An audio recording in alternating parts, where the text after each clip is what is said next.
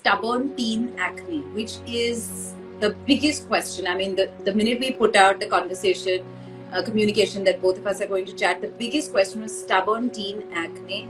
And how can one correct it? Because there's so many parents who wrote in that it really affects the child's confidence. So what should be a parent's go-to guide be in terms of dealing with, and when is the right time to reach out to a practitioner?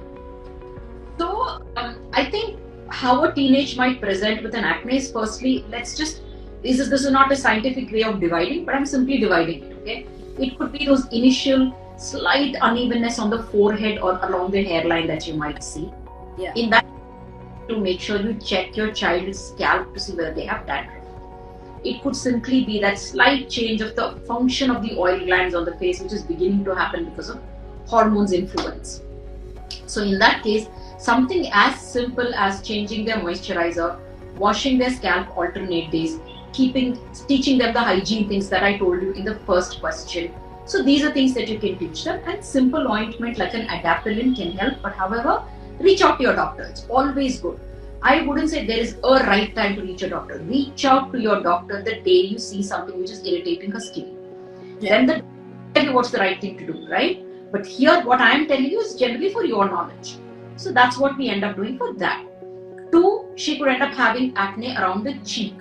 Yeah. Then you need to watch out if hereditary, what does that say? Did you as a mom have acne when you were younger? Did the father have?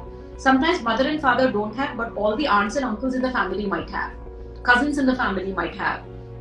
So you need to figure out, could it be an acne because of any of the familial issues? Then in that case, again, hygiene is most important. To take her to the doctor so that acne doesn't flare up. It is controlled. So scars don't remain for the future. So that is something that, and then you need to counsel your child and tell her, your acne might keep coming and going for a few years because this is what is in your genes, but it is in us to make sure it doesn't flare up and we keep it under control. So that's the way to talk to your child and counsel. Then if you don't have any history of acne, scalp is squeaky clean, but you're seeing that the child is, slightly overweight.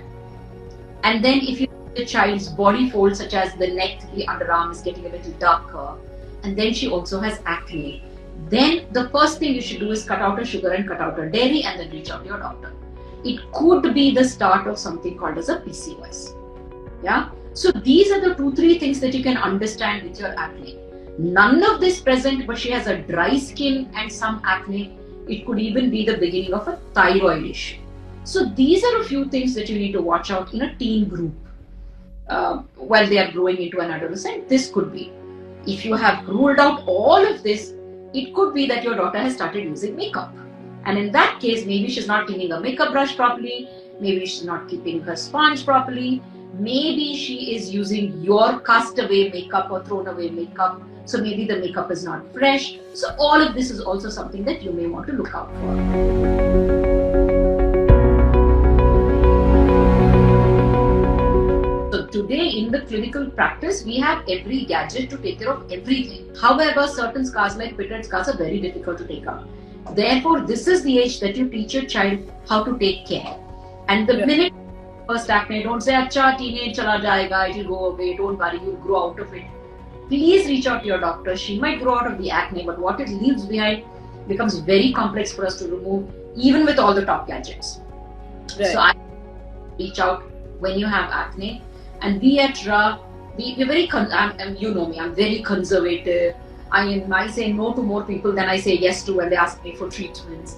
So we take care of teenage acne in a way where we literally have had 100% result in terms of either completely curing it or making them understand this is something which is going and coming. So you need to deal with it yourself and how do you control it.